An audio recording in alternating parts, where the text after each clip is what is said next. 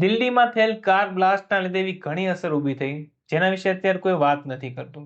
આ વિડીયોમાં એવી 5 અસરની વાત કરું જેના વિશે બહુ ઓછા લોકો જાણતા છે. પહેલું, આ બ્લાસ્ટમાં ઘણા લોકોને જાનહાનિ થઈ જેને લીધે ઘણા પરિવાર વેરવિખેર થઈ ગયા. હવે આ લોકોને ફરીવાર સેટ થતા ઘણા વર્ષોનો સમય લાગશે.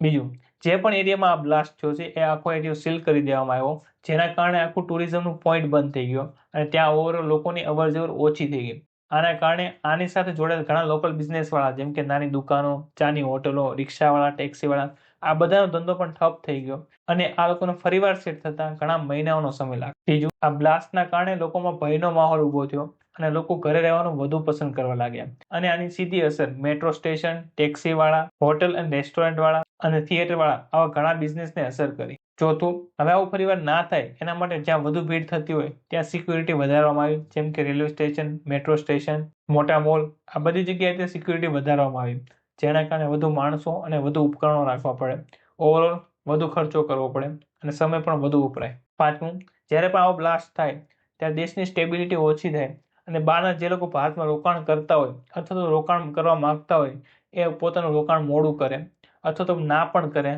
ઓવરઓલ ભારતને બહુ બધું નુકસાન થાય. આ બધા પોઈન્ટ જે મારા ધ્યાનમાં આવેલા છે.